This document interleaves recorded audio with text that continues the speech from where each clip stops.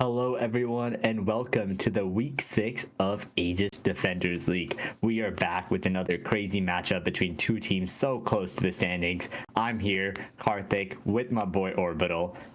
How you feeling today? Feeling good, excited to be here once again. As you said, pretty dang close in the standings, and considering we're heading into the final week of the regular season, this does have a lot of implications here. I mean, whoever wins this one has a little bit more secure route to the playoffs. Yeah, for sure. We'll have to see who ends up getting the win this time around.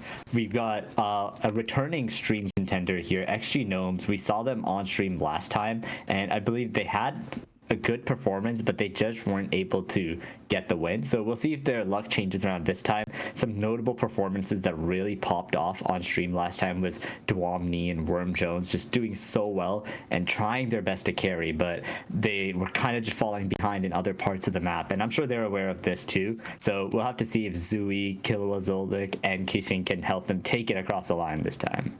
A huge part for them is, I think, just kind of meshing together as well as possible. And for them, they are sitting at a little bit higher standing. Currently, they're ranked 4th with a 1-3 record with a 3-6 game score, leaving them with a -3 record. Now, that is going to be very important to note because, again, 4th place is locked in, or not locked in, but a higher chance at making it into playoffs. So if you are 4th or 5th, that is what you're really looking at. Your path into the playoffs is there. So XG Gnomes, they really do want this victory tonight and in good standing. Yeah, and another team that's really looking for their path into the playoffs right now is LiT Esports. As these weeks wrap up, it's really important to see how these games go. The roster for them is going to be Rindo Kobayashi in the top lane, AKM Septi in jungle, I'm Soville in mid, with their bot lane being Deadbotting and Living Phoenix. And for LiT Esports, they unfortunately have had a much rougher time, currently sitting at a 1-3, but only a 2-6 record, meaning that they've only had 2 games, or I guess only a series victory. Honestly, the rest have been 0-2s, and that's a really tough pill to swallow because at this point, you are looking at a lower seeded game. And to keep in mind, for them, if they win here, they are going to move up in the standings. However, if they stay here, if they lose in this series, they'll stay at 5th place. And unfortunately, that means you'll have to play 2 matches and win both to be making it into that playoff bracket. And that's just what makes it so interesting, right? You got to see, as the league is wrapping up, every win is so important, especially for LiT Esports. Like, it's basically like they've won against one team, and they need to prove that they can do it against other teams in the league too. That it wasn't just that like one-off day that they ended up playing well. If they want to try and contend, they need to show it tonight. And I think with some of the meta shifts, we've seen a lot of champions coming into rotation. Obviously, we've seen the likes of the Corki coming into play. Now, I do not believe Mbessa is available. I think that's still on a current break. We might be able to see it during playoffs or in the qualifiers as well, but I'll have to recheck the rule books. At the current moment, though, no Mbessa to play, which means that we aren't going to get that harbinger of doom that a lot of people have been saying. Granted, Mbessa has been hit or miss for a lot of players, but it can still bring a certain leverage given the possibilities. Still, though, I'm excited to see what these teams can do. I'm expecting top lane bruisers to come out, and the mid lane mages, you know, the standard stuff here, nothing too crazy. Yeah, for sure. And I like that you brought up the Corki, right? It's this new pick that's kind of popped up and has risen in popularity. It's just so strong. And you need a team that's like actually be like playing ranked, keeping up with the current meta, and knowing what these new fancy picks are. So we'll see if both of these teams prioritize it or if either of them have any counters that they've developed to it as well. And I mean, getting into the draft, it's quite important, I think. And for LiT Esports, I think we have gotten word that there are some unfortunate situations, so they actually lose 2 bans at the end of the day. So it is going to be a little bit difficult choice for them to be able to really lock down XG Gnomes champion pools. But as you can see, they go ahead and ban away the Poppy, which makes sense. And now you get to go ahead and ban the Orianna. So great playmaking threats taken away from LiT's arsenal.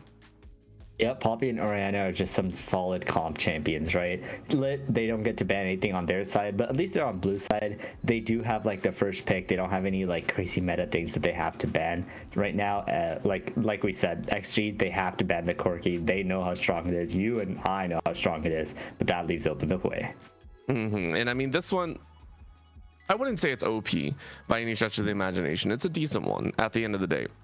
Now, why is Hwei so highly prioritized? It can be mixed into any composition. It is the ultimate all-arounder. If you thought Orianna was pretty nice and clear, I would say Hwei is a much larger piece of that puzzle. And if you can grab it first, you're good. However, it does lead into a possibility of a very aggressive mid laner. You can go for something like a Sylas, you can go for something like a Syndra and outrange the Hwei and try and do some work. And just like that, you can see the hover. I mean, if you don't want to get close to the Hwei, you still bring some extra damage down. Yeah, you called it right there. It's going to be the Syndra followed up by one of those S tier good old tank junglers, Skarner, put onto duty. I like it. The Skarner is a great all-around. I mean, outside of things like a J4 or anything like that, Skarner is the premier jungler right now. And the fact that there are so many high prios, I'm actually a little bit worried. I don't know what else you kind of want to place in there. Skarner is just an all-around great champion. Now, if you do want to get a little bit messy, you could still go for the J4. You could still try and bring a little bit of that pain to the table. It wouldn't be impossible to say, but you are limiting yourself to the early mid, and Hwei likes to scale up towards the top side. I think we got a little bit of a bug there. We are missing that second pick, and let me just double check that. Yeah, so that was Seraphine. So instead, LiT Esports are saying, okay, we're going to play for the long game, and what we mean long, we mean the range long. You just keep Syndra and Skarner away. Yeah, and it's honestly pretty crazy to see both Hwei and Seraphine being your first picks to show just two AP carry mages right off the bat. I feel like that really just shrinks down how your comp is going to work. So let's see if XG can take advantage of that. You do finally have a bruiser that's coming in, a little bit of frontline for Hwei and Seraphine with Xin Zhao. And so Xin Zhao does like to go in, and this brings a very nice bridge in terms of trying to get the Seraphine encore going, but I'm not thrilled at this. Xin Zhao still needs a little bit of help getting off the ground, and granted, with a Seraphine, you can really buff him up, but it does rely more on burst. The sustainability of the composition for LiT Esports is not looking great. I really do want to see a little bit more punch, and this is the other side of it. XG Gnomes can now build out pretty much a hefty frontline combo with the Scion and the Skarner. You get tanky, you scale into the mid to late. The Seraphine isn't going to really be able to do much. You are also assuming the Seraphine is an AP carry either in the mid or ADC role, and you just say, well, where's your real AD threat? Xin Zhao? That's about it. So, you know, for LiT, it's going to be difficult, and now you're going to get banned out on your tanks as well. The Ornn denied away. Yeah, they can really just get away with building so much HP. There is no ADC on the side of LiT to take him down. And I actually want to see some more like damage tops being banned out. Maybe like something like the Jax or Aatrox or something that's good into these tanks that kind of have to run into you. I feel like if they go Ornn, like you're happy with that. They just don't have damage. Yeah, I think like this, like LiT having another damage profile and AD damage profile, I think is so important to round out this comp. We'll have to see if they can end up getting a good pick for that. And at this point, you're seeing that Leona be banned away, so LiT Esports are focusing on the bottom lane. Once again, you don't want the engagers, so I would assume a Nautilus ban is to come out as well. If you don't, if you're looking at something like a Thresh, I'd actually be very surprised. But I mean, you ban away Leona, you ban away Nautilus, and maybe an Alistar comes out next. XG Gnomes, though, understand that their whole entire comp needs to go forward, and I really like that call. However, you do have to focus on that top side. With the Mundo and the Ornn banned away, you are worried about a Slice and Dicer, but I mean, the Darius, I don't think really that's really going to do anything because the Scion's there. Surprisingly enough, they still banned it away just in case. So assuming the Scion and the Skarner go other directions, that's what you're saying. But the Rel is there, as we talked about, some engaged champions coming in. XG Gnomes are building a fearsome engaged team. Yeah, and I just love it, right? There is so much frontline, so much tankiness on this team. How is Hwei and Seraphine supposed to get through that, right? I think LiT needs some really good picks in these next few picks. Hey, maybe we'll see something like a Vayne top or something like that, but looking just to be like the good old safe Renekton so far. Yeah, I'm not sure about the Darius, but right now the Renekton does scream early game, and honestly, that puts a little bit of a timer on LiT. I need to see that late game. There's the Gwen. Okay, I can actually sit behind this. Granted, against the Scion, it's a play till late. The Gwen is that nice power move, but that's triple AP. The Seraphine at this point needs to be a support. You need that raw AD. You need to bring an ADC in here. And honestly, I can't sit here and say I know what ADC I would like to see, because all of them really kind of suck in this situation. I hate saying that, but you're not being safe. And I know I need more damage behind it. You are leaning into the Xin Zhao and Gwen. The Seraphine Senna lane is great if you know you can poke them out, but it lacks a lot of front end damage.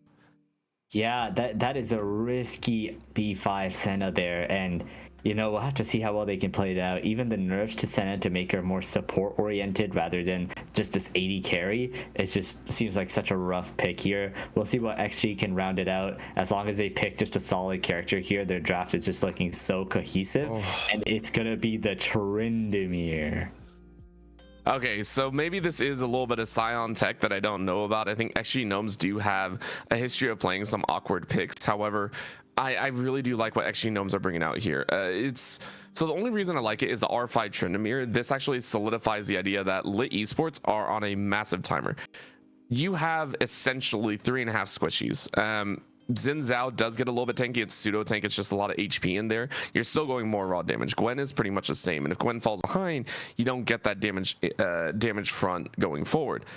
Even if you do build damage, the Tryndamere has that Undying Rage, which means that you're still going to mow down at least 1 to 2 members in the late game. At that point, you are hoping for an Encore and a Fear. Those are your 2 things that you're going to try and keep the Tryndamere away. But there's other kind of combinations. I am very surprised though that we don't see a true ADC come out here. I think either side could have benefited from having the likes of a Corki, of a Varus, of even a Caitlyn to try and poke from a little bit further range. Yeah, it's really interesting. So, what is their ball lane here? I'm assuming this is a Scion rel. So the only reason I say that is your Scion farming can get big, and especially in this comp, you know, as long as you last out towards the late game, you're going to be okay. I also think, like I said, actually Gnomes, they might just be playing a little bit of their own style here, just trying to solidify their own. But they are putting a lot of eggs into that Tryndamere basket in the top lane. You build out a front line, you try and hold down against the likes of the Seraphine and the Senna, who are fairly immobile. This is very doable. So for XG Gnomes, I think that's what it is. I mean, we know the Seraphine and Senna are going to be on the bottom lane. I mean, I have no doubts there, unless you want to shift the Seraphine into mid and put the play bot. Either way, it's still immobile champions in the bottom lane. Yeah, for sure. And there's only one way. We'll have to see how this goes down, how this Scion Rel versus Senna Seraphine bot lane is going to go down. Our game will get started in just a little bit. We'll be back after a quick word from our sponsor, ProComps. Quick shout out to ProComps, our sponsor and a game changer app for the league community. This isn't just like the other tools. It's your personal draft coach, perfect for both teams and solo players. In fact, you can pair it with any other app you use. ProComps stands out with features like custom champion pools, personalized tier lists, and live draft advice.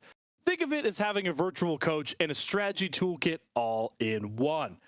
They offer real-time champ and ban recommendations. They already have over 200,000 downloads and thousands of daily users just like you. ProComps is user-friendly and totally free. It is a no-brainer to at least give it a go. Download ProComps now and you'll experience a whole new level of drafting power in your league games. Go to procomps.gg, download it from Overwolf, or click the panel below on our stream.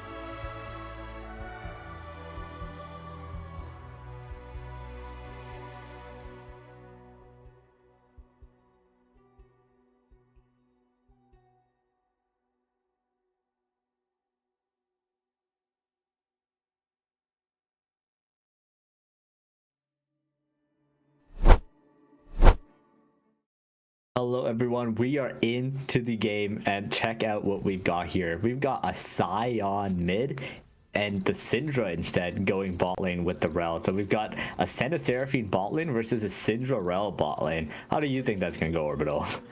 I think it is a better thought than what I was thinking, of course. I always do assume that when it comes to a little bit of mage action, I feel like this was a last minute swap. Now, granted, Killua could easily be playing the Syndra. I mean, Syndra is very flexible between mid and bot, but this is the other damaging side. Might be in trouble here. Gonna have to burn the flash there to get out.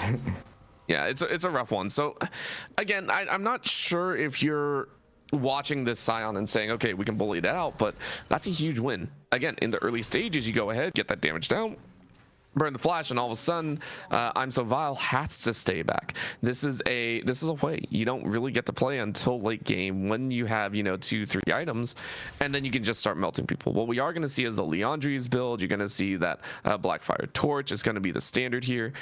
It would make sense to me. At least for Cole, you're just power farming, and maybe we get to see the inting Sion strat. I'm not sure, but I do feel the Syndra that was in R1 was assumed to be mid, and as soon as they saw this bot lane and mid lane situation, they're like, yeah, we're gonna rotate it out, we're gonna put a bot. Yeah, it's also crazy that the Sion has grasp. Like, I don't know how he's gonna be able to proc that in this lane at all.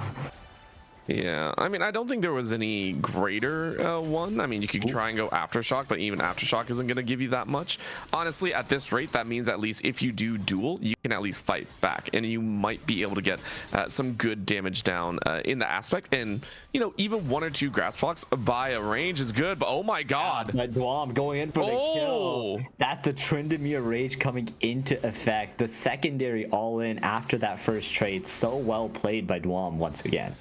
I did not think that was going to happen in Rindo. I forgot that Rindo went ghost. And one of the big things about a Gwen is you don't win early. A lot of people assume Gwen is still very strong in the early game, but with the scaling factors, no, you're much stronger in the mid to late. But you have to sustain through the early game, and you haven't been able to do that. So Rindo already on the back foot.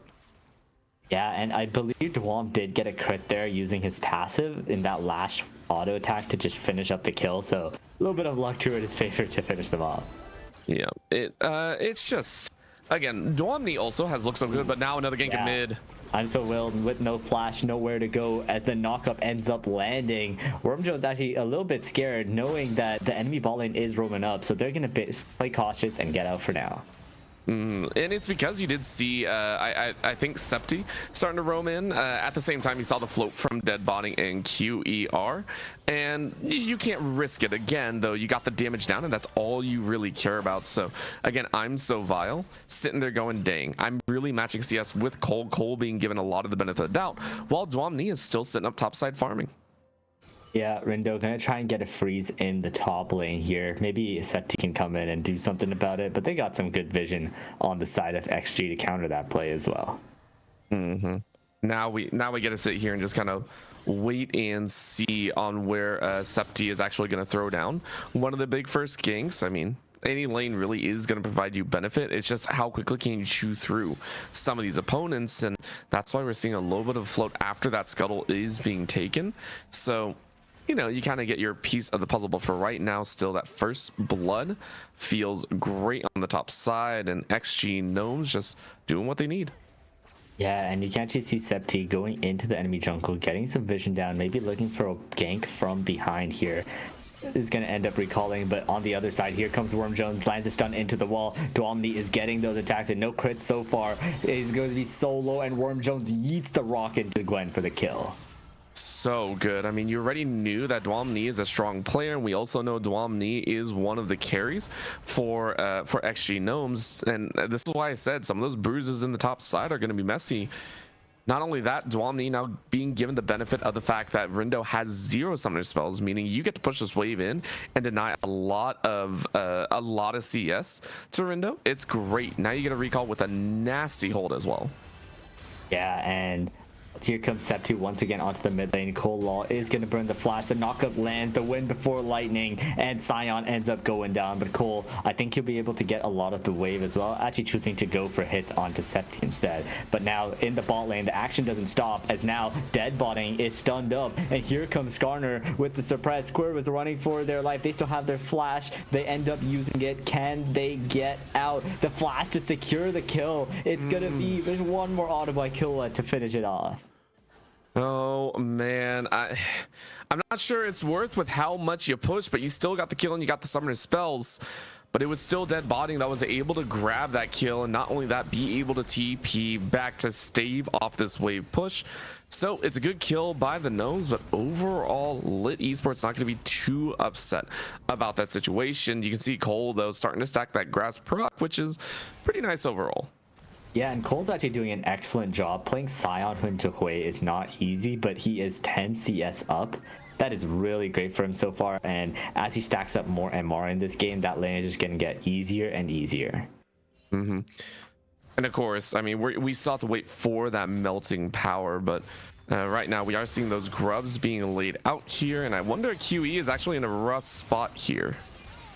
Yeah, Keating's going to be going in onto I'm So Vile here as Worm Jones is following up. The knockup lands onto Septi here, but Cole is going down nice and slow. He's going to go down, but Septi is going to be traded as now Tryndamere in the back line. They're ending up flashing, but Rindo from behind. The needlework onto 2. Can Rindo get the kill? Gets the snip onto 1. Corvus solo, Kissing solo, Rindo solo, but Dwam Knee is slamming the sword down on top of them. And that's all you really care about. Again, the kills don't fully... Oh my gosh, went back in. I don't think that's what you wanted. I do not think that's what you wanted. So, at the same time, Dwamni got another kill, got another setup, and Worm Jones was able to do the same. Here's the deal, though. Once again, to me, it doesn't matter that LiT Esports were able to come back. Guess who didn't really get a lot of those kills? Rindo is 1 in 3, was only able to pick up 1, but CS lead plus kill lead to Dwamni means this top lane is still going to spiral out of control. Yeah, and it's such a volatile matchup too, right? You have to walk up into each other's faces. So Dwamna getting the lead is just so vital in this matchup. He can start forcing these trades and getting those plays. He's so rich, and having the prio for his team to get started onto the grubs. But now Keating, the knockup goes wide. Septi should be able to get out pretty easily. I think it's going to be more than okay. Gnomes going ahead and starting up their power play over this top side macro. In the bot side, Killua still being able to throw down, and again, you're not going to see dead botting being able to really overwhelm, even though they have 2 kills. The CC chain from Killua is just a little bit too strong. So instead, you try and get the HP difference and ensure that you can look at the dragons, which this is a Chemtech, meaning you already took one of the less powerful souls off the table. I think you're going to enjoy this if you are the Gnomes, if you are able to collect both global objectives. Yeah, great pace from them so far here. As just looking at like the lane state right now, you have pretty good leads for XG in top and mid lane, while the jungle and bot lane have the CS leads for LiT. So it is just a 500 total gold lead for XG going across the board. Still a pretty even game, but you know, XG is just farming up and scaling up so well.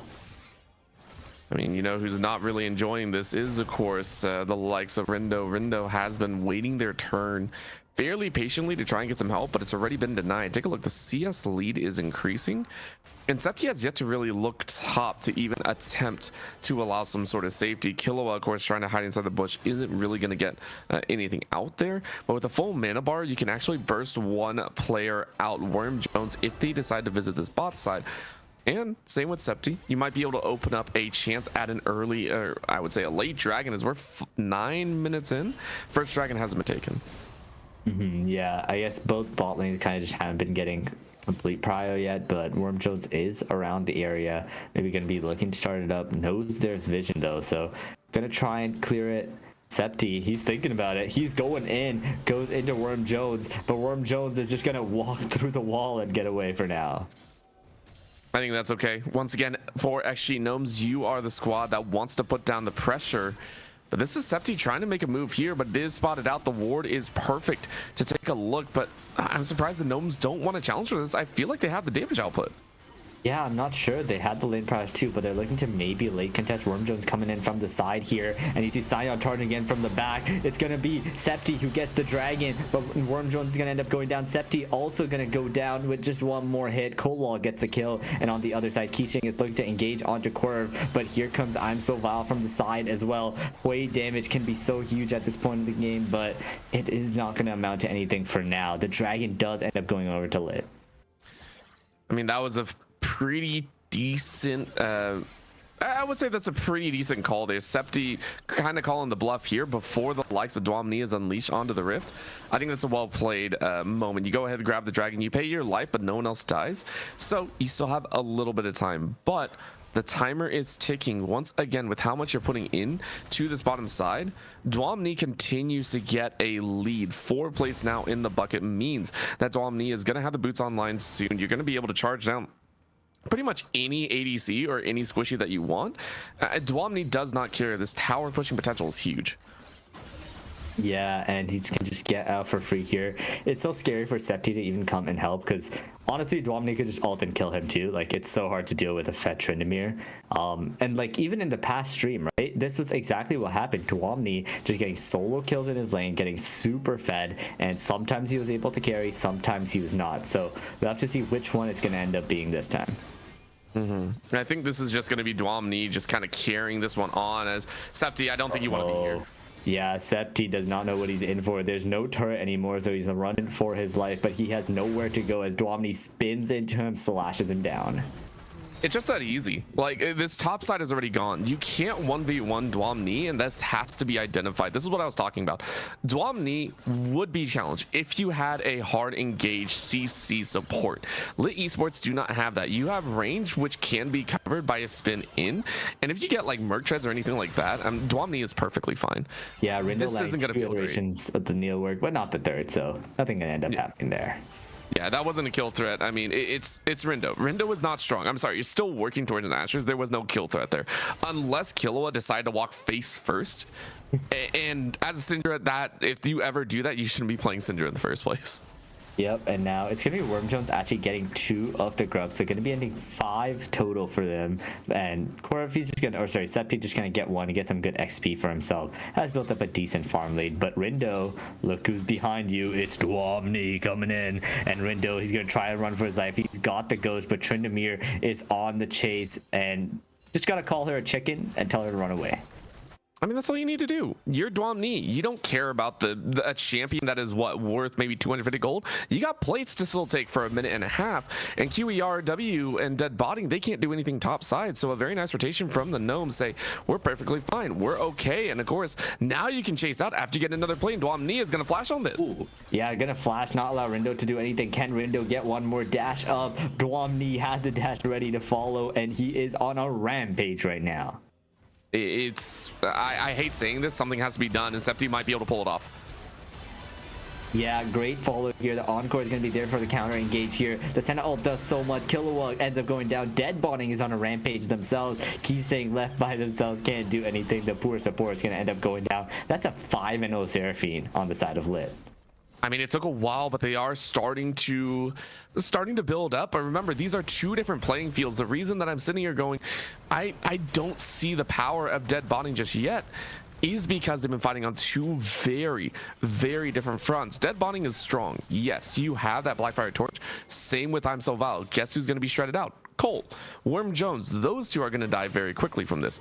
Guess who's not going to die from this situation? The one champ that doesn't care because you're undying in 3 auto attacks in late game is going to take their life. Until we get to see Dead Bonding and Dwamni meet, I don't see anything really changing in the fact that Dwamni will just continue to take towers. What's going to be a problem? Macro game. We are going to see these global objectives become much more difficult for XG Gnomes to take. And now you see Keeching going in onto Quirv, caught out. Killua, can they land the last little bit of damage? That is not in range for the ult. Quirv actually uses the heal to get out, saving his life. That was actually really, really well played. That was Killua and Keeching just not really wanting to fully commit everything. I mean, you had flash from Killua, could have thrown down another orb, but didn't really feel like it. So QEWRW they are going to live. They're going to be okay. Are they going to survive the next swing? Probably not. And just in time for this dragon as well. I think it's a really smart play. That was a Hextech flash over the wall, maybe getting a little bit spicy with it.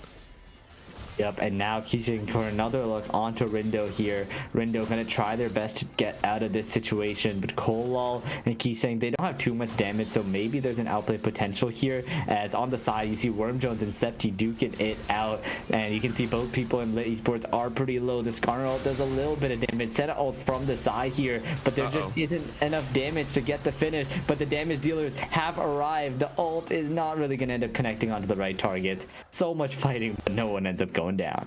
But that was a 3v4, 3v5, 4v5 situation, and LiT Esports couldn't really cut through it. QERW joined in with the ult, but now might pay the price. Yeah, QERW finds himself face to face with the Tryndamere as Dwamni is unstoppable right now. I would love to see Dwamni actually build a Wit's End just to be annoying. This is like the perfect comp to do it against. You are ahead by a mile, and I can see the IE come out. I'm hoping we get to see that because I mean it's squishies, right? Crit and 2 chunk. That's it. Dragon going the way of XG Gnomes though now means that it's the Infernal Soul to reign supreme, and that's great. Once again, we are not seeing LiT Esports really be able to be proactive with the kills that they've gotten because they're just trying to stay safe. Great Onko here with Septi flashing over to get the follow-up kill. Dead body with the 6th kill of the game here. But here comes Dwam. Gets the huge shutdown onto them, but the Wind Before Lightning does land. The Undying Range is going to keep him alive. Septi is not able to get out. Dwamni is just unkillable right now. He's spinning around. He's running away. Rindo is on the chase, but now there's an unstoppable Scion to help save Dwamni, and he's not going to end up going down. What did I say? Until we got to see Dwamni and Dead Body meet, it still felt like XG Gnomes are in the lead, and now they are vastly in the lead. Cole able to follow through, now having that hard steal, 26 stacks for themselves. You now have your front line. The XG Gnomes have completed their tank. They've completed their composition, in my opinion. You have the 2 tanks in the front, you had Dwamni on the side and getting ready to flank if they so wish, and being able to split push on their own.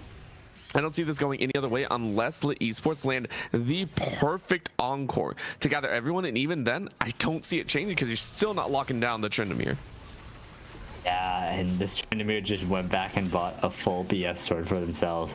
With the bounty onto Dead Body, he is so fed right now, and it's going to be so difficult to deal with him. But Rindo's going to try their luck. Septi is around as everyone is mobilizing towards this top lane. As a great crash down from Keysing, Dwamni is dishing out the damage. Can Rindo escape in time? Here comes Worm Jones. Septi going to be kind of left by themselves here as the Scottish Suppress is going to end up sealing the deal. Dwamni, he's looking for more. The stun lands from Kilowatt, and that's a double kill for Dwamni. Oh man, that was brutal to say the least. This again, Dwamni just doesn't care, but being given so much value from the rest of the team. I love the identification. I did say for XG Gnomes, this is all you had to do. You just had to enable, and you just have to bring the proper perspective into the game, and that's what they've done. Dwamni taking over the top side, and the immediate focus and shift of empower Dwamni. Let Dwamni carry. Yeah, and you know, there was like, yeah, Dwamni was fed, but so was Dead Botting. But like the way that the comps are built, Dwamni's fedness is just so much more difficult to deal with. I don't know how you're supposed to kill this Tryndamere, especially when he backs and finishes his Infinity Edge. He's just going to absolutely wipe everyone off the board. I mean, you're already doing it. Honestly, like a Blade of the Rune King would have worked just as well. It's really just how annoying do you want to be? That's the way I'm seeing this. Dwamni doesn't really worry. You finish your core. You have the blades in hand, and you have the cleaver. Like you're golden. You don't have to worry at all. Dwamni now getting caught a little bit, but honestly, I feel like this is just a dangerous spot to be in. A lot of CC here, but Tryndamere can just be like, yeah, I just won't die and walk away, but he's looking to go back in. As Septi continuing the fight, looking for the knockup. Cole does end up flashing out. The root from Senna does end up landing, but this Scion is too beefy. Great stun by Killua, but not really a turn opportunity as Septi ends up burning his ultimate. Honestly, I feel like they could have taken it, but Dwamni was, of course, dropped quite low, but there's the IE finish. You really do want to make sure that you get all the items that you could wish. Going into that last Whisper tank as well, which I assume is going to be a Grievous Wounds item. You go ahead and go for that, for just a little bit of extra Grievous in the back pocket. Actually, Gnomes can take the fight whenever they want. Honestly, at this point, they're more worried about letting this game go on a little bit too long, and all of a sudden Reno's a somewhat threat. I'm not saying they're going to lose, but you do give LiT Esports a time to come back, and all of a sudden that AP can hit a little bit harder than they would like. Yeah, they've even got 2 Heartsteel stacking up for the late game too. They're just going to be so beefy as we get later into this game. But even now, this Tryndamere is going to be marching down the side lane. The thankful thing is that he doesn't have teleport, but uh-oh, he's found Septi, going to get the slow onto him, and there's just nothing Septi can do. Look at that damage from the legendary Dwamni. It's just, it's over. I hate saying that. There's no way you're going to be able to fight this one out.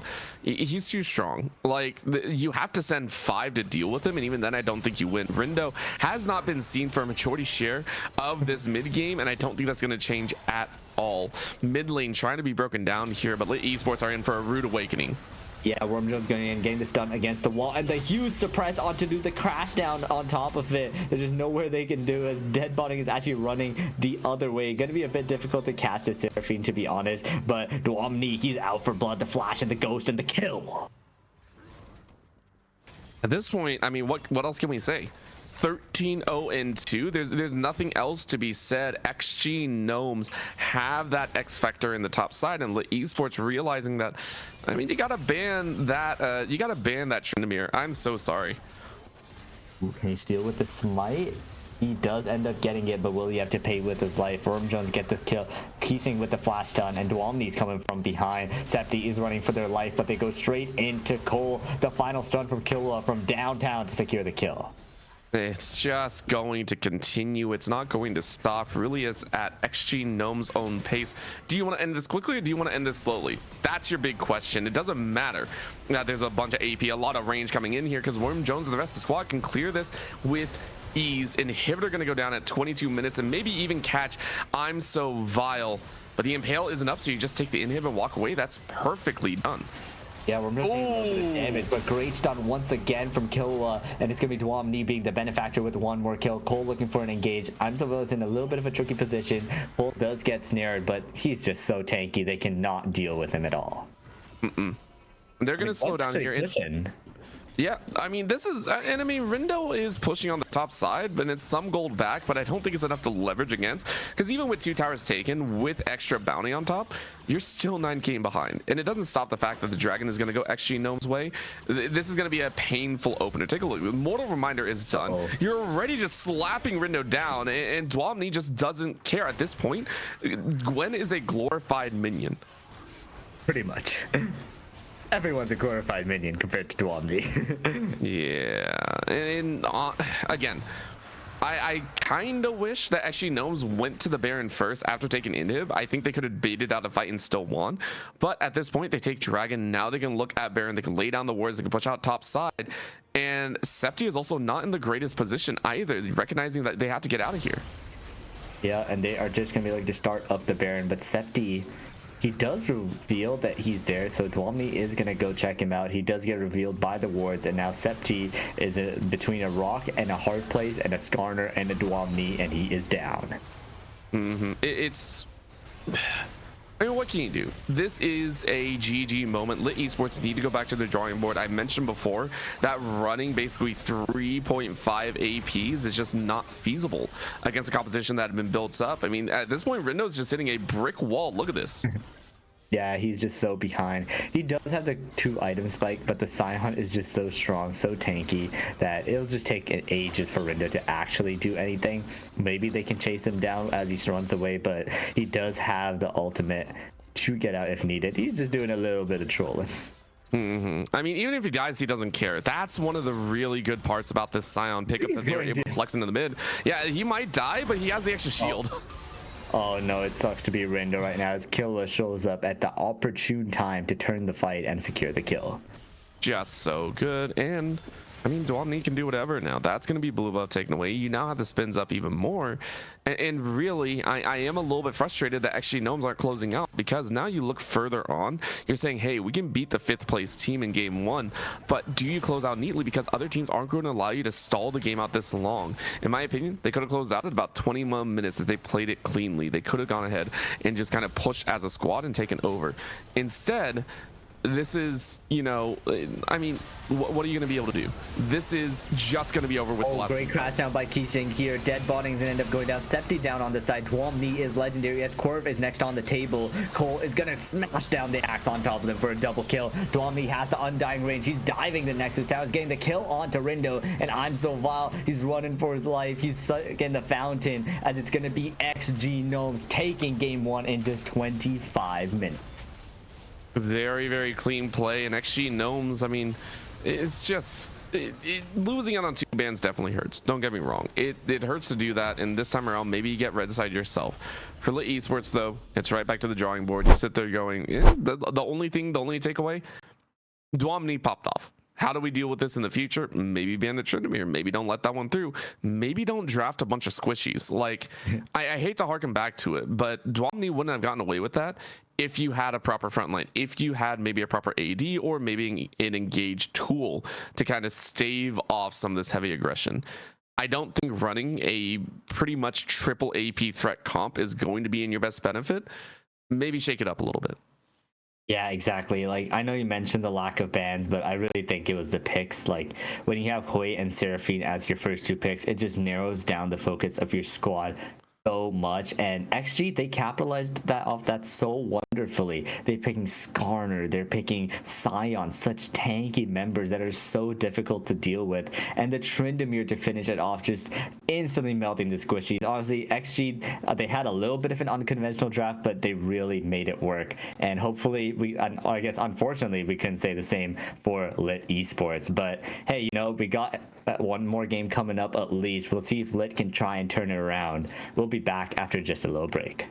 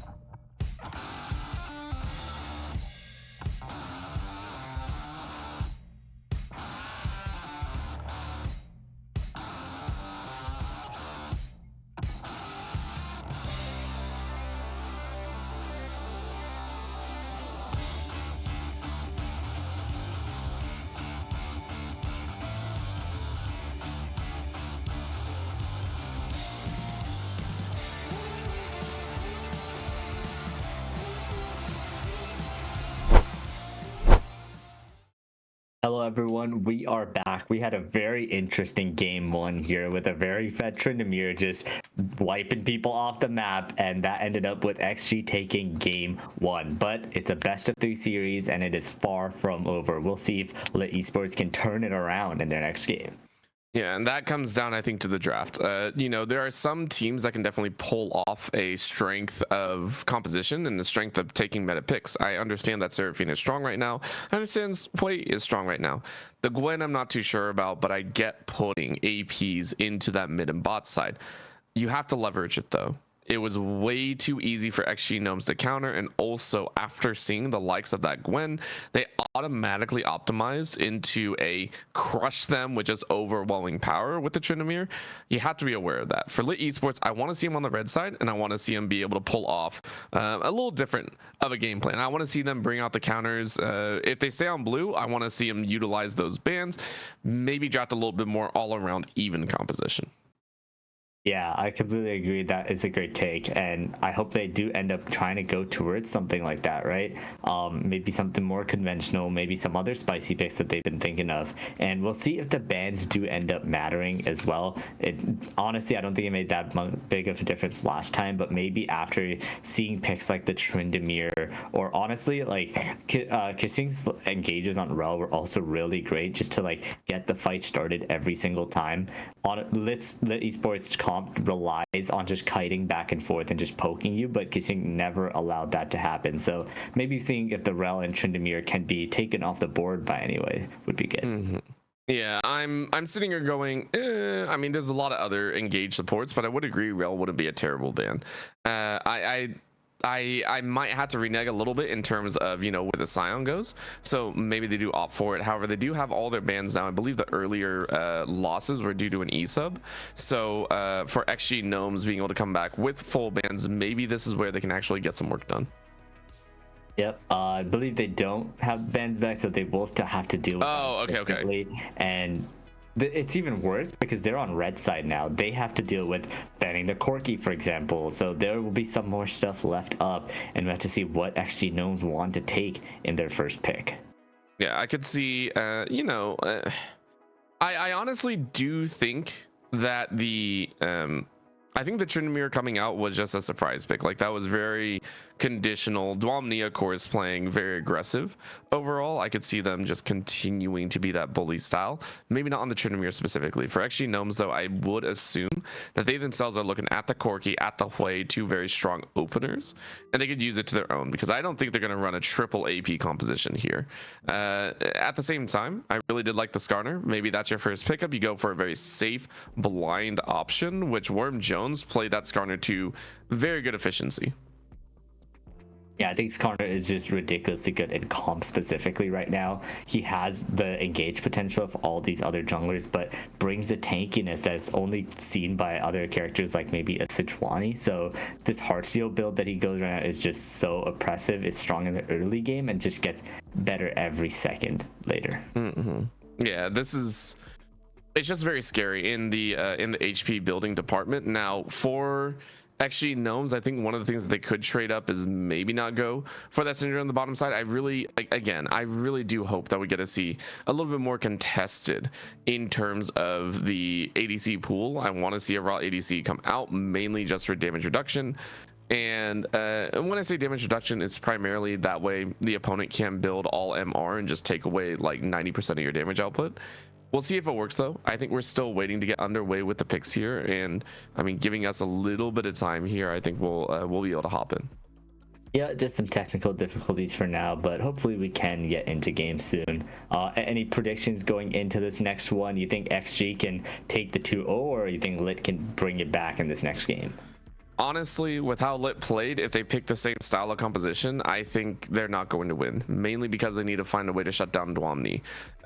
Either put a lot of attention towards the top side, draft maybe the Ahri in the mid lane, get the rotations out and be able to bring 3v1 to the top side, or you just ban out the likes of Dwalmney and you just aim for that top side as heavily as possible. At the current moment, though, XG Gnomes do have ways to nullify a lot of what LiT Esports wants to do. And that's if they run the same type of composition. Again, I think this all hinges on if LiT Esports run pretty much the same composition like they did last game. Yeah, I'll go the other way. I think LiT can bring this back. You talked about it a bit, but even in the other games that we've seen XG, they're kind of live and die by Dwomni's like solo kill ability, how well he can impact the game, and they lost when Dwomni couldn't carry. So I think LiT going onto red side here will hopefully be able to get a good counter pick that they can stabilize that top lane, make sure Dwomni does not get ahead, and hopefully shut him down so that they can win in the other sides of the map. Because that was a 6-0 Seraphine in that game. I know him like didn't do much, but they were ahead. So again, I don't put a whole lot of stock into kills a lot of the time, especially on a Seraphine. The only reason for that is I am a very big proponent of kills for kill's sake doesn't bring anything in the game anymore. Once you reach a certain level, the kills have to bring a lot more than just gold. They have to bring space. They have to bring a lot of flexibility to the map. They have to bring proactivity. If all you're doing is getting kills, it can mean I got kills after a tower dive, after they tower dove me and they took 5 tower shots. That could be, you know, a kill in its bucket. So for me, the kills have to be proactive. For LiT Esports, yes, your Seraphine did very well in KDA, but KDA doesn't win the game. From what I want to see, if you're going to run the Seraphine again, I want to see the proactive moves. I want to see that Xin Zhao or whatever engaged jungler you have being forceful about those fights, bring the kills in, and then allow the Seraphine to build on top of that gold as well. Push down the towers. Yeah.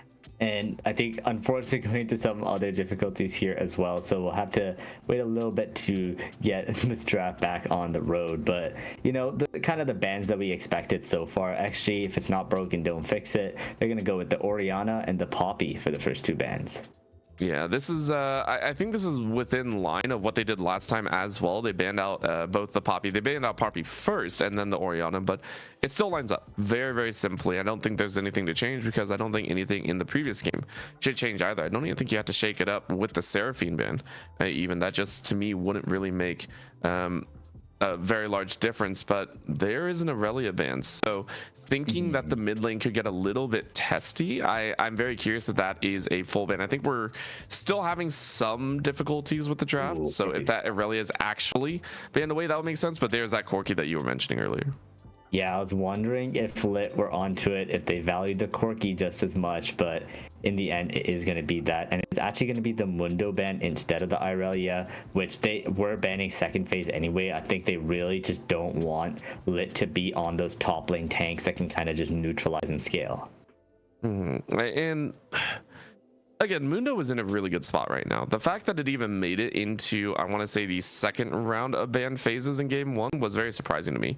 As soon as I saw the play Seraphine, I would have actually grabbed it for XG Gnomes. I would have placed that top side, but it makes sense that Dwomni plays a lot heavier attackers, you know, a lot more just damage oriented. Mundo is a great tank. So Skarner, just like I predicted, hey, it's open. You go ahead and pick it up. There's no issue of LiT trying to fight against it. So we'll see what LiT decide to do against it. Yeah, I love the Skarner first pick here, and they are switching it up all right.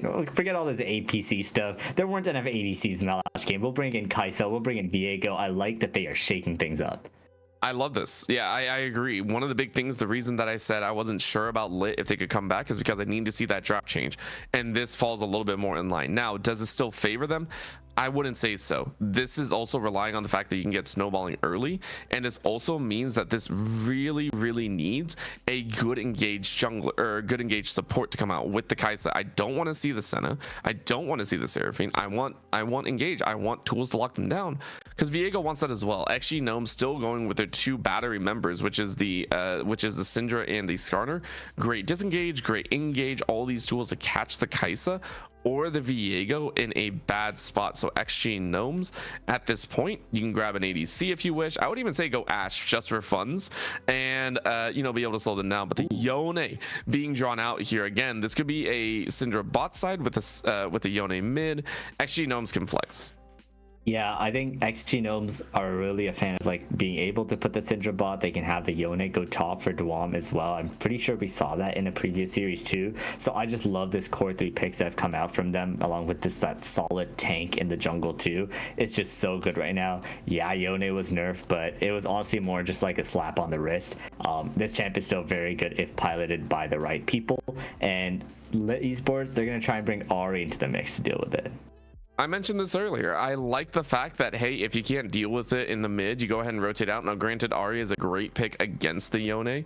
In general, we've seen this matchup multiple times throughout, tier 1, tier 2. But the main thing for me is LiT Esports have to realize topside might be an issue. So not only do you want to try and take over, you get the Viego in the mid lane. For LiT, though, I really do want to see them try and rotate top, take out Dwam Knee, even though you're going to get counterpick, most likely over, and it's probably not going to be the Gwen. LiT need that rotational value. They need that early to mid power to be able to fluctuate between the lanes, see if you can get advantages outside of mid. And XG, they're gonna put out that good old Orin ban that they did last time, and on the other end, they're actually banning out the Rel. I'm so surprised that XG is just not targeting just engage supports, looking to get them out as soon as possible and force Kai'Sa onto a support that doesn't offer that CC, doesn't offer those plasma stacks. But hey, the Nautilus does still seem to be up for now. I think what you're really hoping for is as long as the Braum isn't banned away, you're good. When it comes to XG Gnome's side, I don't think you really have to worry about the Kai'Sa. You already have the Syndra, which is great disengage, but you have the Braum behind, and also you can body block a lot of what they want to throw down. So for XG Gnomes, I think that's what they're banking on. For LiT, they themselves, I think they need to ban more disengage tools or more engage tools, as XG Gnomes can utilize that to really prop themselves up. There's Leona, like we thought. Ban away these engaged tools. You have one more left and available. Nautilus or Thresh is my assumption, and there's actually Gnomes saying, yeah, we don't want to deal with that. This leaves a Thresh or Alistar. Rel obviously banned away. I think a Alistar would make a little bit more sense here, but to each their own. Yeah, they definitely do need some tankiness. This Viego doesn't really get that tanky, just builds a little bit of health here and there. So I would love to see the Alistar, but the Galio it's interesting here. Is this going to be a Galio top or support, do you think? I think support, and I could be vastly wrong. Once again, I've been wrong in the past, and honestly, I like being proven wrong. But in this scenario, it feels like it's the Galio support, and this just means I think that LiT again with an E-sub might be having a little bit of a tough time, so trying to mix that in as best they can. But Galio does good against AP specifically. The Yone is going to chew through you. I'm sorry, the Yone is going to have a fantastic time this time around. For LiT, you're still looking for a little bit of bodying. I mean, you're still looking for a little bit of tanky value, but now you can't pick it because it's an Aurora. Aurora top is going to bully just about any tank in the top side, and it's just not going to feel good. Maokai support to come out here? Okay. Yeah, this is... XG's comp just looks so good here. I like the Maokai for just like a Maokai support is actually in a pretty decent spot right now with all these other higher tier supports being banned away. It is one of the next supports that are up there. We're gonna have to see what LiT end up doing though. It could be the Aurora or the Yone top. They can kind of switch it around based on who wants to play what. So it makes it so difficult to figure out who you're going to be counter picking here. So we have to see. I want to maybe see some spicy Galio top action, but it'll probably just get shredded everywhere. So prefer to have that in the support role. Like to see the Camille. Now here's the other fun part, that Camille could be on the bot side as well. I would actually in my terrible ideals, I would prefer the Camille support in this situation. The Camille brings a little bit more rough damage to the table, and we've seen Camille support in the past. Like, they did drop some of her armor and magic resist, so she can't be Camille support as much. I think we saw that back in like 2022, 2023. But in terms of the lockdown potential, I think the Camille works a bit better and also scales a bit better with some of the items. The Galio only works in an AP scenario, which granted, you are in a good spot. If the Galio support, you're up against a Syndra Maokai. I still dislike it. I'm a little bit scared of it. And if the Skarner joins in bot side, I think actually Gnomes have a good window to take over this game. For LiT Esports, though, still kind of going out on a limb. It's a best of 3, so what choice do you have? Yeah, and I feel like it'll really be important to see how the early to mid game goes here. It'll be kind of down to if Viego can get those resets, if Ari can get the assassinations, and if actually end up surviving that initial part, I think they're just going to run through them, and they scale so well, especially in the side lanes. It's so scary for them. So we'll see if XG can end up outscaling, finish up the 2-0, or if LiT can try and make a crazy comeback in this series. We'll be back after just a little break before we get into game 2.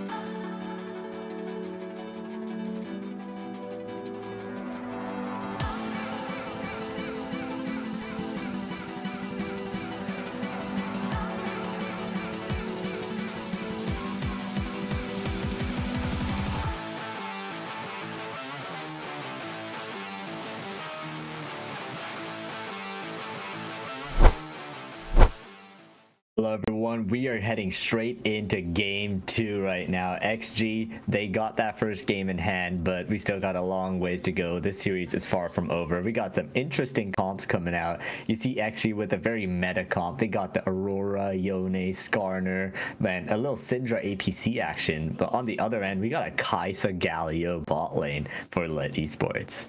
That one, it's such a large shift from what we saw in game number 1. Same with the mid lane. I'm so vile on a little bit more, I want to say dynamic champion, able to kind of maneuver their way around the rift and really be able to help out Septi, who Septi is now going to be the pinpoint focus for me. This Viego needs to make plays and needs to get ahead to be able to rule the rift. And this early start feels kind of bad.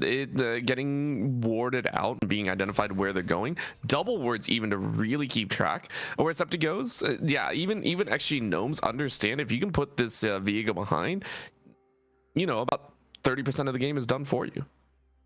Yeah, pretty much. We'll have to see. You know, Viego is so snowbally. And so far, like, Septi, he was doing a good job of like CSing and all that, but in terms of map impact, Worm Jones definitely had him beat. So see what ends up happening in this game. And you know, how do you think the Aurora versus Camille matchup is gonna go too? You think the gap closing from Camille just makes it hard for Aurora to play the game? I think I've seen this a few times, and I would say past level 3, it's going to be a very skill heavy matchup. If you can get the repels up, if you can go ahead and get those chunks out, you're going to do well. But you can see already the tags going down. Dwamni is going to have a fantastic time. You're going to be able to bully out, and with that electrocute, can do a lot of extra damage. So Rindo once again on a little bit of a tough streak situation. And Cole is just playing so aggressive already. Normally, Ari's supposed to be the one bullying in the early levels with that range advantage, but Cole looking for the Q3 ends up landing it. Can he land any more damage? Just a little bit more for now, but the trades are going so well for him already. Cole slowing, slowly showing that they deserve the strength, and again a huge chunk taken out of Rindo. So if these early laning phases go the way that they are, XG Gnomes could be coming out with not just one lane one like Dwamni was able to put down in game 1, but 2. And quite honestly, that is a terrifying thought as both junglers are being drawn towards this top side of the map. Yeah, both junglers. Hopefully there's going to be a little fight for that Scuttle Crab going down. But yeah, so far I really like this ward that Cole actually did near the red buff already. So really just going to be able to spot out if the Viego is going to be able to come from the bot side. Try and get some space, get some priority in the mid lane for his jungler as well. And I think with that, I mean, it's already done. Remember, we saw the early invade from Worm Jones just getting the vision down, but you've identified that you're matching pace with Septi and Skarner. I think clears, I want to say a tiny bit better than the likes of Septi. I mean, Worm Jones having a decent second in and having a little bit tankier just base stats will do work, but Septi, of course, challenging getting the first chunk of damage out. Ooh, gets a stun into the wall as well. Worm Jones actually has pretty good base damage for this. Both the junglers have smite. Dwamni is here first, but Rindo's dashing in. Worm Jones slowly gonna end up going down. Cannot get the resound to Viego. He ends up going down on the other side of the map. There's gonna be Keeching getting the ignite taken doling onto him, and it's not gonna end up picking up the kill. The tree will not burn down today, and nothing ends up happening in the bot lane, but the jungler is going down on the top side. That was actually really well done from Rindo to get past Dwamni, ensuring that you're able to get in for that first blood. And it was a well-timed pickup. Septi, we mentioned before, having a little extra damage, and I was worried, but help coming in. So Septi gets first blood. You go ahead and get that axe in hand, and you start bullying your way through the rest of the jungle. It's a perfect start that LiT need to try and get this game 2 under their control. Yeah, and good damage here. Worm Jones is going to come around the side, but Keeching, the exhaust is going to help him live. Kais is going to get out on the other end, but now it's going to be Curve in a little bit of a sticky situation behind enemy lines here. Worm Jones looking to track him down. Galio is running for his life. Great stun by Killua to help with that gap closing, and now it's just going to be a wild goose chase. They'll get him eventually, but Curve is going to try and waste as much time as possible. Oh, wait. Perhaps? I think you're still gonna get caught. Oh no, actually Killable went the wrong way. So I think QERW is actually out, which is surprising as all heck. That should have been the kill. And I mean, if Cole had actually rotated, I think that would have been fine, but Cole didn't want to give up mid lane pressure, so, you know, don't want to give up your lane for a support kill. Yeah, so surprising that he got out there. The Flash Cone did wonders here as Cole Wall continuing to punish so hard onto I'm So Vile. And I think, you know, I'm So Vile, you're waiting for Septi to actually join in this mid lane. That's what you're really waiting for. As soon as that happens, then you can take over. And again, you're sitting on like very low mana and HP. You're really just trying to clear the waves and ensure that you get some extra DPS down. So once you recall, then you bring in the Viego, but Viego's headed towards the top side. Yeah, I mean, I'm so is in such a tough spot. No mana here. They at least have the teleport to try and get back into lane. It's going to help them get out of jail right now. But these solo laners on XG are putting in so much work, bullying their lane opponents and getting CS leads across the board. This is going to continue, by the way. This is going to continue until we see Septi and the rest of LiT actually be aggressive, and that's a great between worlds. Yeah, can't. Oh, he doesn't quite flash out, but Rindo is going to be able to get out for now with the hook shot. I mean, that's close enough. And again, TP in from Rindo means that you're going to be able to get back in time, but Dwamni still rules this top side, and it will continue. Remember, Aurora, if you're able to take control of top side, you get to spread that damage into the mid, and also in the between worlds, that those realm jumps are just going to be painful to identify. With Dragon going down as well means that you can kind of hear that Septi is trying to make moves on the rest of the map, so at least it's not all for nothing. XG Gnomes losing out on the first Dragon again. Yeah, Curve, he's chilling. He doesn't care how much damage he's taking. But Cold Wall on the other side going in onto I'm So Vile. I'm So Vile lands the combo back, so it gets some damage back onto him. But you can see the amount of pressure in this bot jungle that LiT has been putting on. They want that red buff. They're going for the invade. I think this is going to actually work out well. But keep in mind, Cole's coming around the side, has the Fate sealed. Yeah, the Fate Sealed is going to end up landing onto Corvir, but Killua with the flash done from beside them. Corvir's going to end up flashing out, Septi following suit, and they're going to end up getting the kill onto Cole, the reset onto Viego, but now the suppress from Worm Jones, dead body, has nowhere to go, but Septi coming in from the side here as the Yone here is going to end up coming back. There's so many resets for Viego to get here, but the great channel from Curve here. Can this Garner be taken down? Is there enough damage? Septi has finally arrived, and now this Garner running for their life, but there's 3 people on his tail. Just one more stab from the sword. It's going to be Septi picking up the kill. I mean, it sucks that that Fate Seal missed. If Cole had landed that on too, that would have been the kill, but instead LiT Esports are allowed to scatter, and that is what their comp is actually made to do. They're meant to scatter, they're meant to branch out. And this is what we've been waiting to see. LiT Esports being able to jump their way to a jungle lead now puts heavy emphasis on the bottom side of the map. Yes, Dwamni is still living a pretty healthy life on the top side. About 2 waves set for their own. They're up in the level department as well, and they've gotten placed for the names. So they're doing okay on the Aurora. The problem is the rest of the lanes falter behind. They're not going to have good team fights in the later stage, and all of a sudden I'm So Vile and Septi are going to run the show. Granted, a single kill might be able to turn it around, and that's what Cole on this Yone wants, is you want to be able to break out, you know, this all-important ult. You want to be able to break out this all-important, like, you know, double or triple. It's still dangerous, though. This game is starting to look like a turn into like what game 1 was, which is a fight between the top side of the map and the bottom side of the map. Yeah, and I think it's so big that Septi and Vile were the ones who picked up the kills. It's so important for Ahri to have the damage to get someone low, look for the kill, as Werv is going to be not landing the stun quite there, so Zoldyck is going to walk out. But yeah, like I was saying, the Viego and Ahri, them being fed makes it so much easier to snowball and reset in these fights. Waiting for a little bit more, of course, as dead botting. Well, I say enjoying. I mean, they're up in the CS department. They have 3 assists to their name. It's not the worst time in the world, but we are still waiting for the rest of these lanes to kind of collapse. Remember, Dwamni, as long as you dance this out, you're going to have a massive amount of gold. There's a reason why it's still under 800 gold difference. I think it's specifically on Dwamni. Dwamni is the one that's carrying a majority share of the team's gold and will continue to do so for the foreseeable future. Yeah, and Kobayashi is forced to recall without teleport already. Is going to end up staying. They're going to try and look for something with Septi here, but Dwamni is so slippery and hard to catch, so nothing really that Septi can do about it for now. I think they're just going to kind of sit in their own and just wait the timer out. Now, for the Gnomes, they don't want to force the Dwamni, though, getting jumped on here. Yeah, and can they land the Hextech ultimate? Kobayashi is going to be looking to go in, but Dwamni is just too far away. Kobayashi, there wasn't any wall nearby that he could hook shot onto to get in range, but Septi's going to at least get the wave pushed out so he can take a decent back. I mean, I don't know if it's really going to be that much of a recall. Well, there it is, of course. And I mean, you're not getting that much. Dwamni is still able to free farm this under the tower, and I'm going to make it work really well too.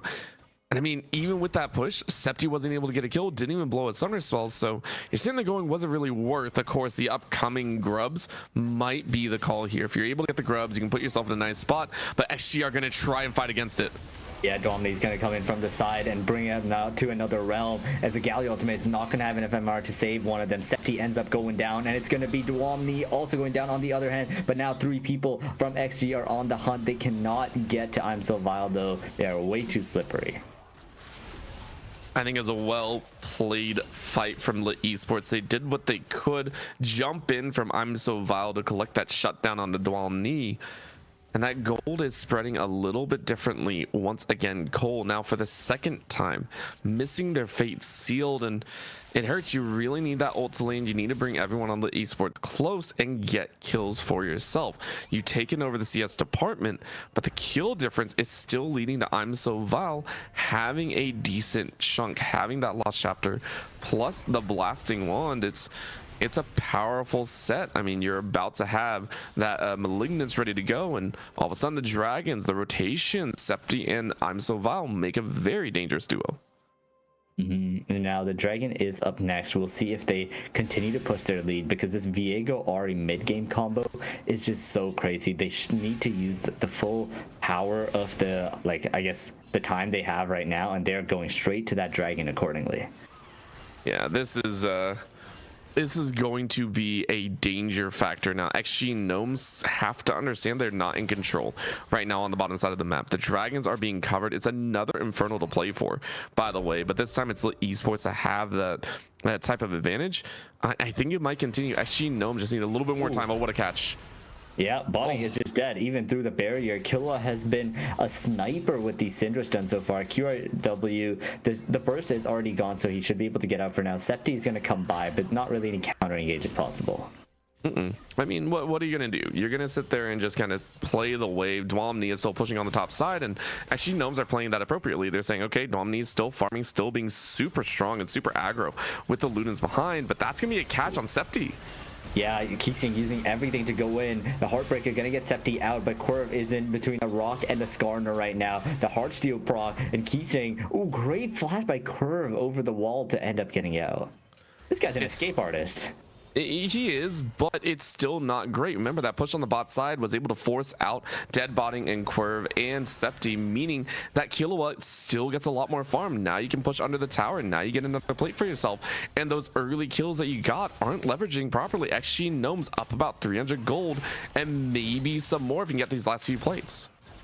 Yeah, exactly. And they are just pushing out on there, getting it and evening up the gold lead. They're actually ahead in gold despite being down 2 kills. And now Septi looking for Cole. Does not have the Heartbreaker. I'm So Vile using the ultimate. Cole is going to end up flashing out, but now here comes Worm Jones. I'm So Vile has nothing. They use everything to go in, and they cannot get out. Shut down going over to Worm Jones. This is what I was kind of afraid of. The Gnomes are starting to come back here, and their composition still yielding results. That Skarner, Worm Jones may have faltered earlier, but with the power of Dwamni controlling this top side of the map, LiT Esports options are very limited. Septi, who got off to an early start with that Kraken Slayer, hasn't really been able to find much else. Has actually been stopped here, so you really got to start forcing some plays with I'm So Vile. Need to be kind of pushing as hard as possible. I know that mid lane, they tried it. Don't get me wrong. They are trying, but they need to keep trying even when the odds are against them. Because pretty soon, if you keep letting it running, Dwamni is going to be taking over the game. Dwamni is going to be joining for those fights, and you don't get anything at that point. And Worm Jones also picking up the Herald here. That's 5 grubs to them and the Herald. LiT Esports mainly focusing on the Dragons in exchange, as Killua is going to be taking down that red tower too. I just want to say, XG always do a great job of pressuring these side towers. They're always just ahead in them as Zoldyck gets a stun onto dead botting. Do they have the ultimate? They do. Maybe one more Q to land before they need it. Dead botting using the ultimate. The Galio coming in behind. Zoldyck will have to get out for now. Once again, you are playing by the skin of your teeth here. LiT Esports, even though they're up in kills, understand they're not really in a good spot. Septi maybe looking for a chance to fight Keeching, but it's not going to happen. And I'm so Val still sitting in mid going, hey, I did my job. I tried to hold him down. And, you know, the Yoni's not fed, but Yoni has 145, 44 CS. That's more than enough to eclipse the Malignant's difference. So at this moment, actually, Gnomes just don't want to throw. They don't want to go crazy. They want to look at this next dragon in about a minute 30 and work their way up from there. Yeah, exactly. I think there's still like a big fight brewing, and it will decide who ends up taking over this game. Actually, they do have a 3k gold lead, but Viego and Ari are so strong at this point in the game that if they can get their combos coordinated together, it can be really hard to face, as now Dwamni just hopping out of trouble. Dwamni doesn't care. Dwamni can do whatever he wants. Now, here's the deal. Look towards that mid lane. Killua pushing, but keep eyes on where Cole is going to rotate out to, and Dwamni. Dwamni could flank, but keeping control in enemy territory is going to be the big part. If they can clear out some of those wards, they can allow a fully enclosed fight to happen and really push this game over the edge, or they can brute force straight through mid with this Herald. Yep, I like the Herald pop here. Worm Jones going to be driving in. Can he pass the driving test? Not too difficult. Gets the crash, and no real punish coming out from there too. Of course, there's always a little bit more to play for. With that push, you now have an advantage on trying to get into these fights, but Killua might get jumped on here. And here's the other side. Keep eyes on how much is there, as this is going to be the fight. Yeah, Keeching with the tree roots coming in from behind. Dwamni gets a great ultimate onto 3 people. Zoldyck gets the kill onto Septi. No resets this as Worm Jones gets the surprise. Brings Botting into the turret. Botting gets the ult but cannot get out. Double kill onto Killua. And now the fate is sealed for 2 more. Cole with a great ultimate as Quirv is going to end up going down here. And the last 2 members of LiT Esports running for the life as XG head to Dragon. We mentioned before, XG Gnomes, they're just waiting to bring their power online, and it's now blossomed into 3 kills. And it was so simple. They split apart the team. LiT Esports, they had a little bit of chunkiness. Rindo was still quite healthy, but you can't continue the fight. You don't want to give more gold over, so you wisely peel off. However, the Infernal goes the way of XG Gnomes, and now they get to play for an upcoming Baron in about 2 minutes. They've gotten a huge gold influx. They're able to knock down all the outer towers. They're going to be real happy with this. Yeah, and this was the big fight that I was expecting to prove at the next Dragon, and that's exactly what happened. Killua went huge. The Fate Seal from Cole was also crazy, and Wormjones suppressed from dead botting to bring them into tower and take tower shots. XG just played that wonderfully. I don't see it going any other way, but Dwamni might get pinched here. Yeah, Dwamni has the invis, but gonna be flashing the hook shot here, and the damage. Oh my god, he's turning this around here. Dwamni, Rindo is running away with 1 HP, but Keeching is gonna be helping to chase out. This rabbit is pretty fast, so the flash route onto a minion. Well, so Septi might just be getting away scot-free due to this error. I mean, the other side is Quirv just trying to run interference, but again, LiT Esports grasping at straws right now. As soon as you see a move like that, it's dangerous, but that's a flash in from Quirv. Yeah, Quirv, kill a great place and flash to get out as maybe comes a counter engage from Keeching. They're going to be able to catch Quirv and the Veal onto it. The Galio ultimate to help bring it in, but here comes Cole from the side. Septi looking onto the backline, can get the reset but cannot pick up the soul, so it's just going to be that 1-for-1 overall. I don't see it changing anytime soon either. These fights are just make or break, but Dwamni now getting chunked out. Yeah, the Hextech ultimatum makes it so that Dwamni cannot go anywhere. You can't kite, you can't hide, and Camille gets the kill. Oh, just a little painful reminder that a Camille can do damage, but it's a small compensation. Remember, that was an ult difference in my opinion, and I think Dwamni is going to be a little bit more respectful. Has a Cosmic Drive now, was able to recall and get a couple Amp Tombs as well. This is going to bode well. Take a look at what's coming up. Baron in just a few. Wards are down right now for LiT Esports, but actually Gnomes do have the damage to do whatever they want to here. Dragon is up in 3 though. And so your options are either go for Baron, try and force a fight and win it out, and then push for the rest of the base, or play it safe, go for the dragon later, keep stacking up that 80 and AP, and then you can run over LiT Esports. For LiT, they're hoping to get more gold into Rindo without losing Rindo's life. Oh, teleport coming from behind. Rindo gets the tower, but at what cost? Keeshing lands the root, the bramble smash, as well as now Dwamni and Cole Lu are looking for dinner, and it's gonna be Camille going down. This is just... Uh-oh. This is going to be a problem. Killa actually getting away is so free, and now they turn at Baron. Yeah, the Baron turn here. 2 people dead on the side of LiT Esports. Actually, dead botting going down on the other side of the map as well. But now, Septi, he knows what they're up to. It might just come down to steal. We'll see if Wormjones wants to risk it, but they're actually looking for the turn onto Quirv here. This Galio cannot go anywhere except straight to the fountain, as I'm So Vile is up next. Doesn't have really any way to get out. You can have as many dashes as you want, but you're not getting out of that Aurora ultimate. Nope, this is the final nail in the coffin here. As much as they're trying to fight, Septi looking for a steal. Ooh, but they have spotted him already. They're not getting anything here. The Heartbreaker for a little bit of a distance close, but Cole Law is going to be sealing his fate with Kashin coming over the wall. Everyone's just using their ultimates. They're making sure Septi is not getting anything. I like this call, and I mean the fight, I mentioned it before, you go for Baron, you draw the rest of LiT Esports in, and you just take free kills. What was about a 1,000 gold difference in favor of LiT earlier on has now ballooned into about 7 for XG Gnomes, and with that free gold, guess what you get to go to in about 1:15? It's gonna be Dragon. XG Gnomes now gonna play this one nice and slow. If they wish, make sure 0 mistakes occur, and then you get to punch your way to the qualifiers in 4th place. Just this game is that final piece of the puzzle.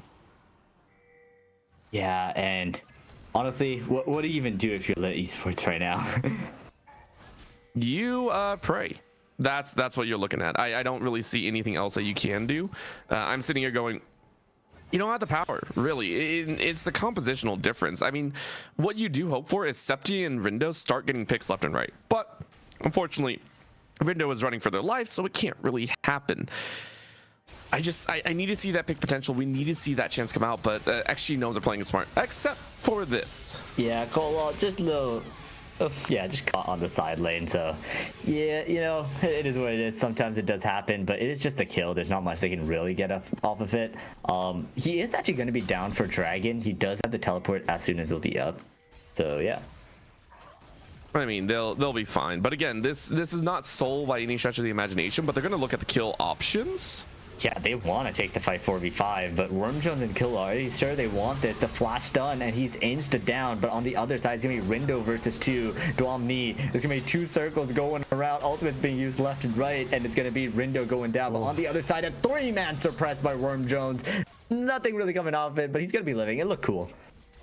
I mean, it looked cool, but it also stalled. Keep in mind, this is going to be the difference, and now the collapse in as Dwamni wants to try a round 2. Ooh, Yone, he's back up. Cole is going to be TPing in behind. No one knows about it. Septi looking onto Dwamni here, but here comes Cole. The Fate Seal does not hit anyone. Dwamni ends up going down. Septi does get the reset here. He is now Aurora looking onto Keeshing. Can't quite get the kill. Heartbreaker defensively here. It's going to be a 3v3 so far. The charm lands onto Cole. He's going to be looking onto Septi. Septi does end up getting the kill here. Another reset for the Viego. He's going to be looking onto Wormjones. The next reset, one after the other. The Heartbreaker landing down onto Wormjones to pick up the kill. Keeshing running for their life, but Ari with the charm is going to end up finishing the job. In that fight, I mean, I thought they were going to be able to win it out, but Dwamni went a little bit too quickly in, I think. And Cole, on this Yone, I've been giving a lot of praise and a lot of options, but honestly hasn't looked great in that value. So now Killua has to make up for lost ground. All of a sudden, the game is looking doable. Septi, 5, 5, and 7, and I'm So Vile, 5, 2, and 4, looking stronger by the minute. I'm very impressed by LiT Esports. They were looking on the edge of ruin, and you know, maybe I didn't believe in them enough, but I want to see if they can prove me wrong. They're on soul point. They're still down about 4k, but that's easily overcome. And guess what? Rindo still powering up at 2 items, been pushing the side lanes fairly neatly. Mid lane, I'm So Vile is strong, and dead botting 5 and 5, maybe not the strongest 80 carry right now, but an 80 carry nonetheless, meaning this is going to be strong damage output if dead botting is given that opportunity to kill or instinct it. Yeah, they have reached that 2 item point, but they don't have all their evolves just quite yet. Honestly, I think actually still have the advantage if they fight as a 5v5. Colwall was dead and they just looked for a fight anyway and ended up just being so disadvantaged because of it. But they're still just looking so strong right now. I think it'll really be up to LiT Esports to find a way to outplay them. LiT need just a little bit more time. I think if they had just a little bit more time, they're going to be on par with XG Gnomes.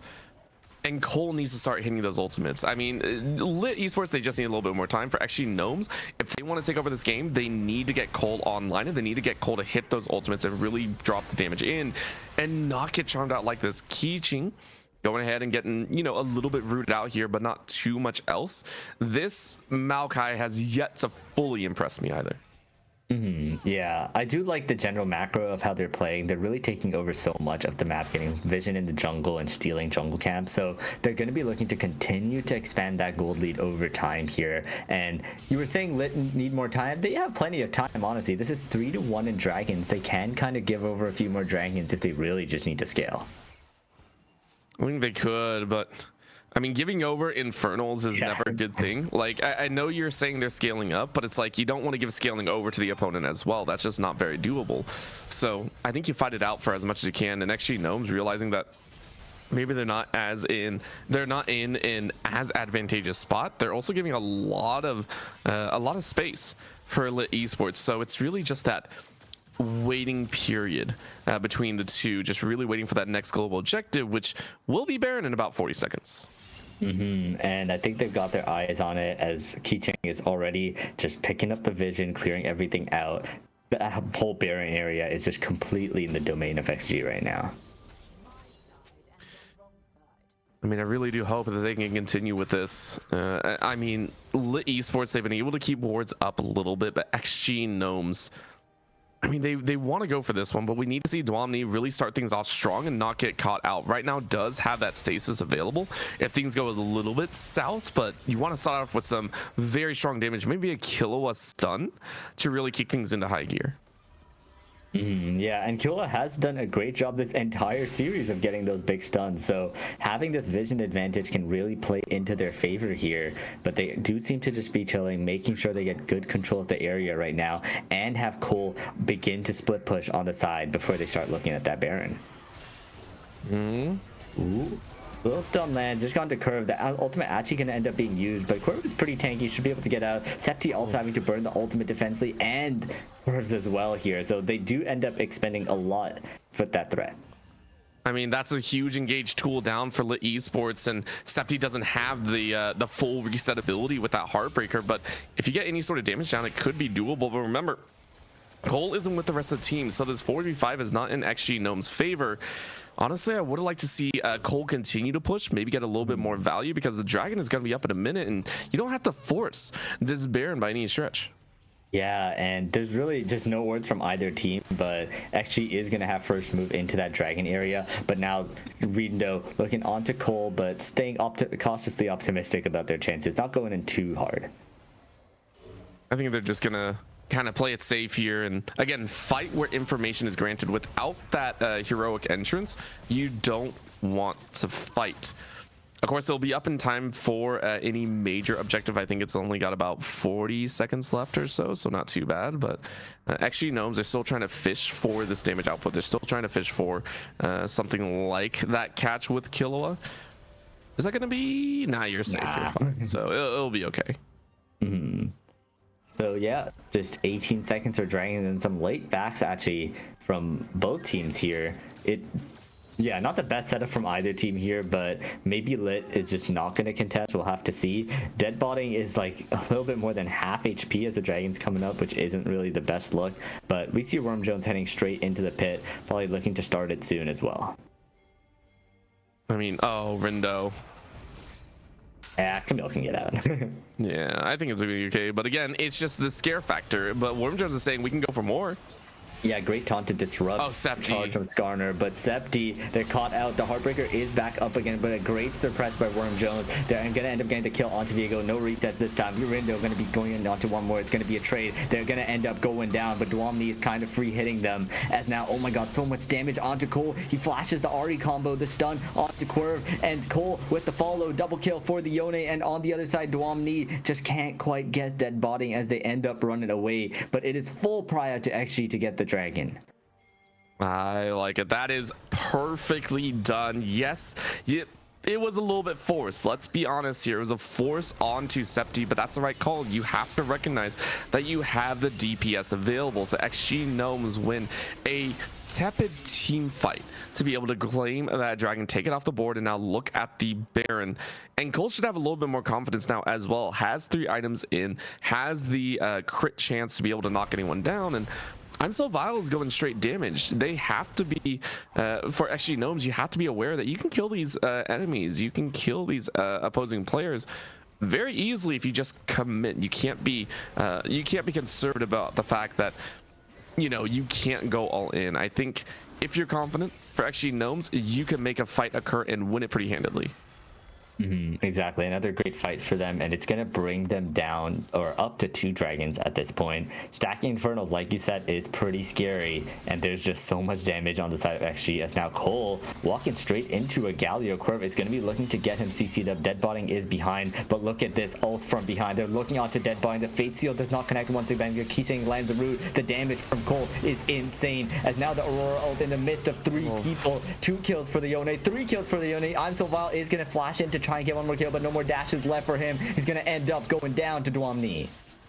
This is what I said. As long as you have the confidence, you have the DPS, and you get those catches, LiT Esports could do nothing in that sense, and they only find consolation in the fact that this Baron's gonna go down. 0 waves are in proper control for XG Gnomes, so at least about, I would say, 45 seconds of this Baron is going to be used getting the waves prepped to a proper angle before you angle at that base itself.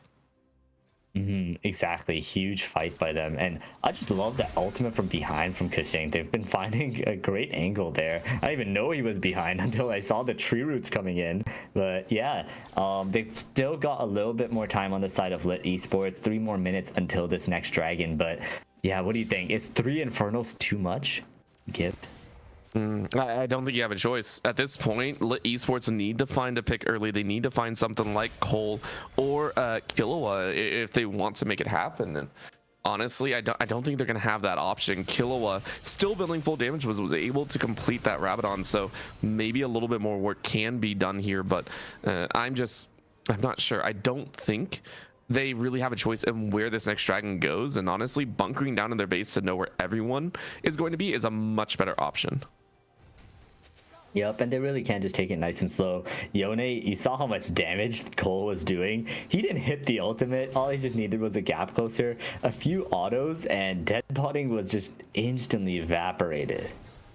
Yeah, this is it's, I think it's going to continue even more so, but right now this is just a full-on push here.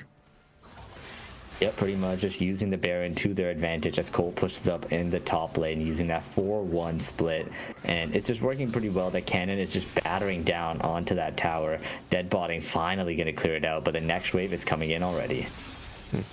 Cole, though, getting jumped on is a little bit in danger. Yeah, but the team has arrived as Rindo slowly gonna end up going down here. Cole is just way too strong. So much lifesteal with his items. Running into them, he can suppress barely just does not hit. So they're going to get away for now, but that's low health bars. They gotta run back to the fountain. Killua has arrived. The ultimate lands and they end up going down. Killua 1 HP. Can Rindo get the kill? But at what cost here? Quirv is gonna end up going down to Dwamni on the side here. Rindo, he's full health, but he's just one man who has to hold the base against 4 as his inhib is under attack. I mean, the inhib is under attack, but it's completely gone, and with death timers this long, I'm pretty sure they can clear it out. Rindo is just, I mean, it's one last hope. Yeah, you gotta try your best to clear out the minions, but they do not give them anything. As Cole picks up once another kill, the Yone is 10-3, dishing out so much damage in this game. 1 turret down, the second one's gone. It's just the Nexus left. XG Gnomes are gonna pick up a 2-0 win against LiT Esports. It's just that easy. Again, XG Gnomes still suffer from the same issue of trying to close out a game in a timely fashion, but their strengths are still there. Duomni, very strong top laner. Killua coming into their own with a strong lead, and then Cole, some mishaps here and there. The Yona could be cleaned up, but still able to make a very large impact as well. Everyone on this team has the components. They just need to mesh a little bit better, and you can see here gold graph leading in their favor. I mean, game 1 was all theirs. Game 2, you can still see that Duomni is putting out damage, but Cole with 31.4 this time around, being able to land on the likes of Rindo and on the Viego. So very well done. Yeah, and even the last time that we saw XG, it was similar, right? Their solo laners do so much work. It's all about, can they carry the game? Can the rest of the team also do well? And I think they've been finding it with Killua being on the Syndra both games in the series, just having a solid performance and landing some really important stuns to get the fight started, to get some picks. It's really been working out for them. But in future weeks, I don't think that Syndra is going to be left up anymore. So we'll have to see how they react, how they switch up in the coming weeks, and see how they fare. But today, they are the victors. They are better than LiT Esports, who they had a brave attempt, but in the end, they were not able to pull it across the finish line. But for now, that's going to be it from me, Orbital, and Caddy, our beautiful production member, making everything run smoothly behind the scenes. We'll catch you next week for week 7 of the ADL. Hope you had a great time.